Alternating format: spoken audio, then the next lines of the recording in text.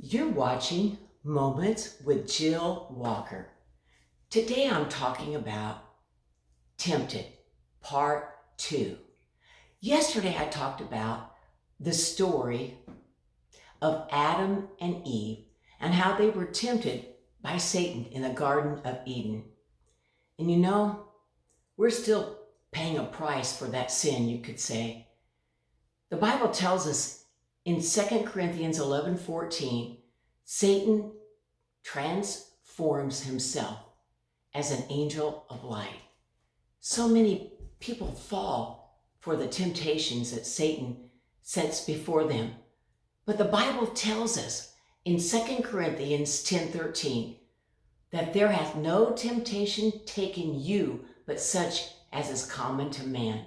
But God is faithful, who will not suffer you above that which ye are able, but will with that temptation make a way of escape that you will be able to bear it.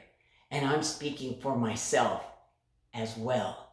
So today, as we continue the subject of being tempted, I want to talk about the story of King David and Bathsheba.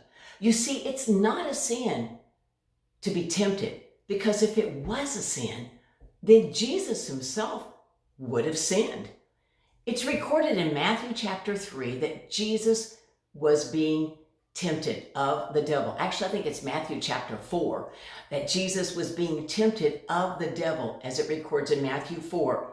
And all three temptations go into this category: the lust of the flesh, the lust of the eyes, and the pride of life. Whenever somebody is tempted, it will always fall into one or all three of those categories: the lust of the flesh, the lust of the eyes, and the pride of life. Either all three or one of those three, or maybe two of the three. So when you know you're being tempted, the Bible tells us, as I just quoted you, in 2 Corinthians 10:13, that God will not suffer you above the which you are able, but will with that temptation make a way of escape that you will be able to bear it. So why do I have a bath towel here today? And why do I have soap and a washcloth? Because this represents the story of King David and Bathsheba, as it's recorded in 2 Samuel chapter 11, verses 1 through 27. That's 2 Samuel 11, 1 through 27. In verse 2, as it talks about King David, it said he saw a woman washing herself, and that woman was very beautiful to look upon. You see, she was nearby in another home. It wasn't in his palace, but she was nearby. And back in those days, I don't know why they did it, but sometimes they would take a bath up on top of the roof. Sounds very strange. Or they would maybe do it inside of the house with the window open. I'm not sure exactly what the culture was of that day, but one thing I do know, even in her name it says Bathsheba. Bathsheba was taking a bath. She was a married woman, married to another man named Uriah. And he was a warrior, a mighty man that fought in battles, an honorable man as well, a man of integrity. And so she was taking a bath that day, and David saw her.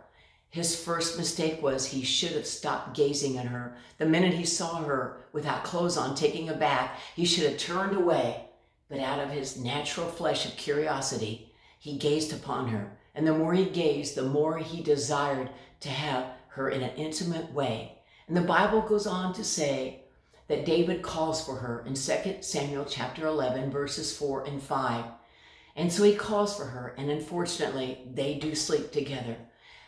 Now, I'm not saying this to hurt someone's feelings, but I'll just tell you what the Bible says. And a lot of people don't know that it's wrong to sleep together with somebody before one is married.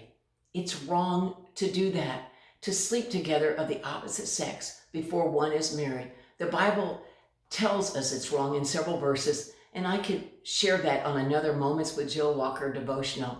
But believe me, there are a lot of verses that talk about why it's wrong. And she was a married woman. And so he calls for her knowing that she's married, and he sleeps with her and she gets pregnant. Well, David then panics when he realizes, later on he finds out she's pregnant from that night they slept together, and he decides to get Uriah killed. Uriah, the warrior that was honorable. He puts him in front of the battle and he has him killed. And so the news comes back that Uriah is killed, and David decides to marry Uriah's wife, Bathsheba. This displeased the Lord so much that when that baby was born from David and Bathsheba, we don't know the name of that baby. The Bible doesn't mention the name in 2 Samuel, but the baby ends up dying. It passes away. David was mourning for it while it was sick, but once it died, David said, he cannot come back to me, but someday I will go to him. That tells me that babies go to heaven. I don't know if you know this or not, but I had a miscarriage several years ago. That verse comforts me to know that baby is in heaven, and I'll see that baby someday. If you've lost a child, just know you will see it someday. If you're a Christian, that baby is in heaven. And so what David did grieved the Lord. The Lord brought judgment upon David for that. But David received forgiveness as well. You've been watching Moments with Jill Walker. God bless you today.